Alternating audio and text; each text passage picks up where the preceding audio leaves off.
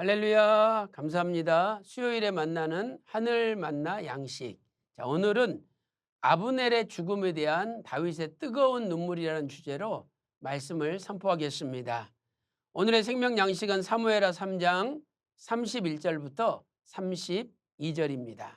봉독하겠습니다. 다윗이 요압과 및 자기와 함께 있는 모든 백성에게 이르되 너희는 옷을 찢고 굵은 배를 띠고 아브넬 앞에서 애통하라 하니라.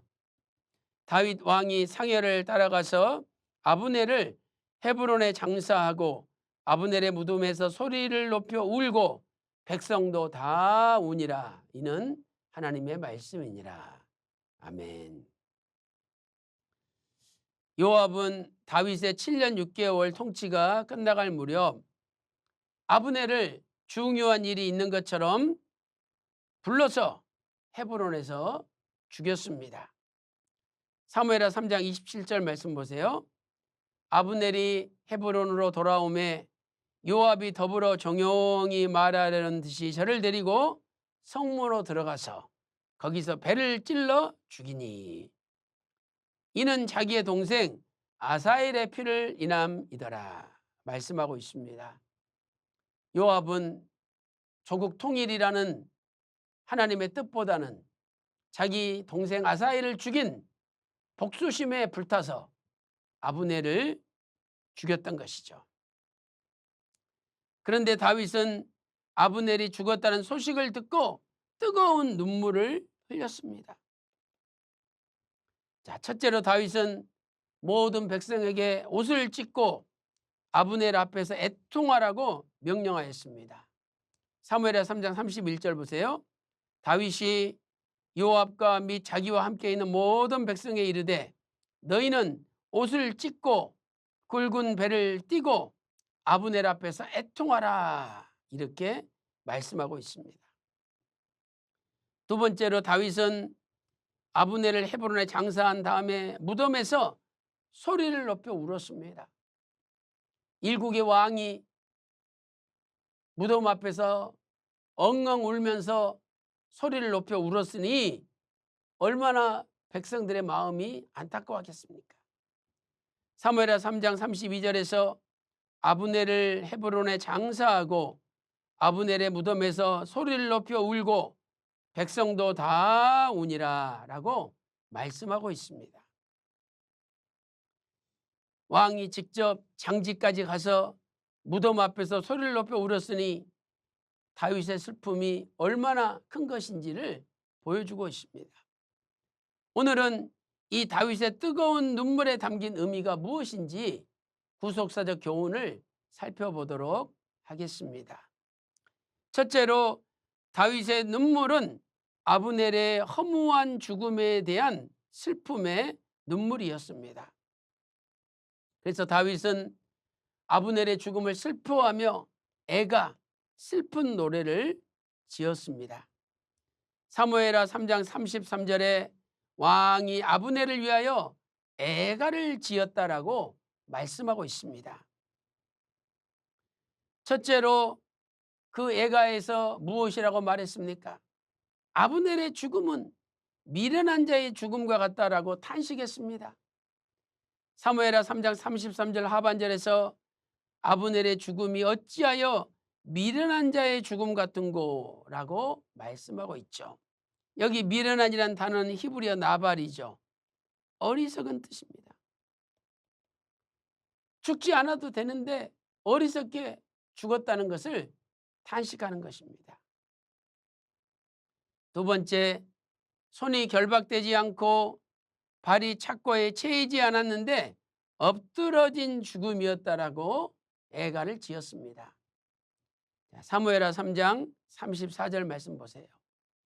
내 손이 결박되지 아니하였고 내 발이 착고에 채이지 아니하였거늘 불의한 자식의 앞에 엎드러진 같이 네가 엎드러졌도다.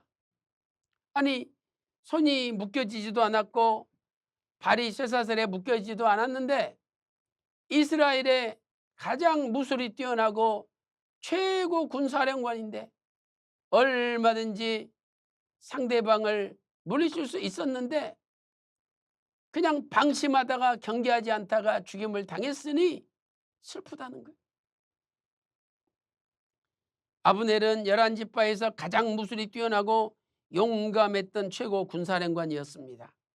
그런데 그가 자유로운 상태에서 마음을 푹 놓고 경계하지 않다가 갑자기 기습을 당하여 허무하게 죽게 되었으니 너무나 안타깝고 슬픈 일이라고 노래를 지었던 것이죠. 사랑하는 성도 여러분, 우리도 아브넬처럼 기습을 당하지 말고 항상 깨어 있어야 합니다. 그리고 우리가 깨어 있는 길은 기도뿐입니다. 마가복음 14장 38절에서 시험에 들지 않게 깨어 있어 기도하라 라고 말씀하고 있습니다. 또 누가복음 21장 36절 말씀 보니까 이러므로 너희는 장차 올 이 모든 일을 능히 피하고 인자 앞에 서도록 항상 기도하며 깨어 있으라. 인자 앞에 서도록 항상 기도하며 깨어 있으라라고 말씀하고 있습니다. 기도할 때 깨어 있는 거죠. 오늘 다윗의 뜨거운 눈물은 자기 자신과 온 이스라엘 백성에게 우리는 항상 깨어 있어야 한다는 것을 가르쳐 주는 경계의 경성의 눈물이었습니다. 경자는 경계할 경자, 성자는 깰 성이죠. 그래서 경성의 눈물, 깨어 있어야 된다는 눈물인 것입니다. 두 번째로 다윗의 눈물은 국가 통일의 기회가 무너진 것에 대한 슬픔의 눈물이었습니다. 아브넬이 11지파를 설득해서 유다지파와 하나가 되게 해서 나라를 통일시켜 준다고 했는데 그 아브넬이 갑자기 죽었으니 11지파가 돌아오겠습니까? 얼마나 다윗이 통일을 고대했는지 우리는 몇 가지 모습을 통해서 살펴볼 수 있습니다. 첫째로 다윗은 아브넬이 찾아왔을 때 너무 좋아서 잔치를 배설했습니다. 사무엘하 3장 20절에 아브넬이 종자 20인으로 더불어 헤브론에 이르렀습니다. 그래서 다윗이 아브넬과 그 함께한 사람을 위하여 잔치를 배설하였더라 이렇게 말씀하고 있습니다. 이제 두 번째로 아브넬이 직접 찾아와서 이스라엘 11지파를 다윗에게 바치겠다고 할 때 너무나 기뻐서 아브넬을 평안히 보냈습니다. 사무엘하 3장 21절 말씀 보세요. 아브넬이 다윗에게 고하되 내가 일어나 가서 온 이스라엘 무리를 내 주 왕의 앞에 모아 더불어 언약하게 하고 다윗의 마음에 원하시는 대로 모든 것을 다스리게 하리이다라고 이야기했습니다. 이에 다윗이 아브넬을 보내매 저가 평안히 가니라. 자, 여기 보내매라는 단어는 히브리어 샬라흐라는 단어죠. 이 단어는 PL 강조형과 와우 계속법이 사용되고 있습니다. 이것은요 그냥 보냈다는 게 아니에요. 야야 그럼 빨리 가라 빨리 가라 빨리 가라. 얼마나 조국이 통일된다니 다윗이 기뻤습니까? 그래서 아브넬 보고 야 네 마음이 그러냐? 그럼 빨리 가라 빨리 가라 이렇게 재촉하며 보냈다는 겁니다. 다윗은 너무 좋아서 얼른 아브넬을 재촉하여 보내는 상황을 이 보내매라는 히브리어는 묘사하고 있는 것입니다. 그런데 요압의 복수로 인하여 아브넬이 너무나 허무하게 죽고 말았으니 얼마나 다윗의 마음이 상심하였겠습니까? 사무엘하 3장 27절에 아브넬이 헤브론으로 돌아오매 요압이 더불어 정용히 말하려는 듯이 저를 데리고 성문으로 들어가서 거기서 배를 찔러서 죽였던 것입니다. 그것은 국가의 통일보다는 자기 동생을 죽인 그 피를 복수하기 위한 것이었습니다. 결국 다윗의 눈물은 아브넬의 허무한 죽음으로 통일의 기회를 잃어버린 것에 대한 안타까운 애국의 눈물이었습니다. 애국, 나라를 뜨겁게 사랑하는 애국의 눈물이었죠. 나라를 뜨겁게 사랑하는 애국의 눈물이었습니다. 가만히 있으면 아브넬이 11지파를 다윗에게 바침으로 평화스럽게 나라가 통일될 수 있었는데 요압이 갑자기 아브넬을 죽임으로 그 기회가 무산될 위기에 처했으니 다윗은 얼마나 가슴이 아팠겠습니까? 실로 다윗의 슬픔은 아브넬을 허무하게 잃어버린 개인적인 슬픔과 함께 조국 통일이라는 하나님의 뜻이 무너진 것에 대한 거국적인 슬픔이기도 하였던 것입니다. 이제 결론을 내리도록 하겠습니다.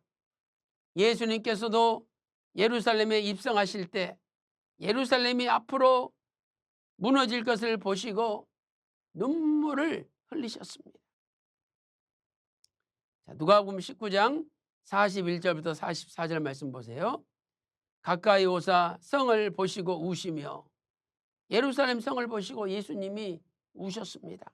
42절, 가라사대 너도 오늘날 평화에 관한 일을 알았다면 좋을 뻔하였거니와 지금 내 눈에 숨겼도다. 43절, 날이 이를지라 내 원수들이 토성을 쌓고 너를 둘러 사면을 가두고. 44절, 또 너와 및 그 가운데 있는 내 자식들을 땅에 메어치며 돌 하나도 돌 위에 남기지 아니하리니. 이 돌 위에 돌 하나도 남기지 않는데요. 그것은 완전히 폐허가 되고 완전히 멸망받을 것을 말씀한 것입니다. 그 이유는 하나님께 권고받는 날을 네가 알지 못함을 인함이니라 라고 말씀하셨습니다. 실로 예수님의 눈물은 조국의 멸망에 대한 눈물이요, 더 나아가 하나님 나라의 무너짐에 대한 눈물입니다. 조국 예루살렘의 멸망에 대한 눈물이요, 더 나아가 하나님 나라가 무너지는 것에 대한 안타까운 슬픔의 눈물이었습니다. 우리는 성경에서 이러한 눈물을 흘린 선지자들을 찾아볼 수 있습니다. 첫째로 예레미야 선지자는 조국의 멸망을 바라보며 눈물을 흘렸습니다. 예레미야 14장 17절에 너는 이 말로 그들에게 이르라, 내 눈이 밤낮으로 끊치지 아니하고 눈물을 흘리리니 이는 처녀딸 내 백성이 큰 파멸 중한 창상을 인하여 망함이라 라고 말씀하고 있습니다. 조국의 멸망을 바라보며 예레미야는 밤낮으로 슬피 울었던 것이죠. 두 번째, 사도 바울은 에베소 교회의 멸망을 막기 위하여 3년 동안 눈물로 훈계하였습니다. 사도행전 20장 31절 말씀 보세요. 그러므로 너희가 일깨어 내가 3년이나 밤낮 쉬지 않고 눈물로 각 사람을 훈계하던 것을 기억하라, 이렇게 말씀하고 있습니다. 사도 바울의 눈물로 에베소 교회는 다시 하나님 앞에 올바로 설 수 있었던 것입니다. 사랑하는 성도 여러분, 오늘도 우리 눈에서도 조국을 향한 애국의 눈물, 교회를 향한 하나님 나라 확장에 대한 눈물, 이러한 거국적인 뜻의 눈물의 기도가 있으므로 저와 여러분의 눈물을 통해서 하나님께서 대한민국을 지켜주시고 교회를 지켜주시고 또 구속사 말씀을 지켜주시는 놀라운 기적들이 나타나시기를 주님의 이름으로 축원합니다. 기도 올리겠습니다. 하나님 아버지, 아브넬이 요압의 손에 의해서 허무하게 죽을 때 다윗은 아브넬의 죽음에 대한 개인적인 슬픔과 함께 조국 통일의 기회가 무너지는 것에 대한 안타까운 애국의 눈물을 흘렸습니다. 하나님 아버지, 이 시대 우리도 대한민국의 자유민주주의를 수호하기 위하여, 또한 남북한의 자유민주주의 평화적인 통일을 위하여 눈물로 기도하는 백성이 되게 하여 주시옵소서. 또한 무너진 교회를 위하여, 교회 회복을 위하여, 하나님 나라 확장을 위하여, 구속사 말씀 운동의 완성을 위하여 뜨겁게 눈물로 기도하는 눈물의 기도의 백성이 되게 하여 주시옵소서. 하나님 아버지, 우리의 간절한 눈물의 기도를 들으시사 무너진 교회가 회복되게 하여 주시고, 무너진 구속사 말씀 운동이 회복되게 하여 주시고, 다시 한번 전 세계를 향하여 예수 그리스도의 십자가에 피 묻은 구속사의 말씀을 생명 바쳐 전파하며 헌신하는 저희들이 다 될 수 있도록 인도하여 주시옵소서. 오늘 또 몸이 아픈 분이 계십니까? 주께서 십자가 마르지 않은 피 묻은 손으로 안수하여 주셔서 모든 우한 질고 병마에서 해방시켜 주시옵소서. 이 시간에 예수 그리스도 이름으로 명하노니 모든 병마야 물러갈지어다. 온몸이 깨끗이 나을지어다. 하나님 아버지, 우리의 남은 인생이 늘 아버지의 뜻을 이루기 위하여 눈물로 기도하는 인생이 될 줄로 믿고, 이 모든 말씀 존귀하신 예수님의 이름으로 간절히 기도 올리옵나이다. 아멘. 지금은 우리 주 예수 그리스도의 은혜와 아버지 하나님의 만극하신 사랑하심과 성령님의 감동 감화 내주 충만 교통하심이 남은 인생 나라와 민족을 위하여 눈물을 흘리며 하나님 나라 확장을 위하여 눈물을 흘리며 기도하기를 소망하는 모든 성도들 머리 위에, 그들의 가정과 직장과 생업과 교회 위에 이제로부터 영원토록 함께 있을지어다. 아멘.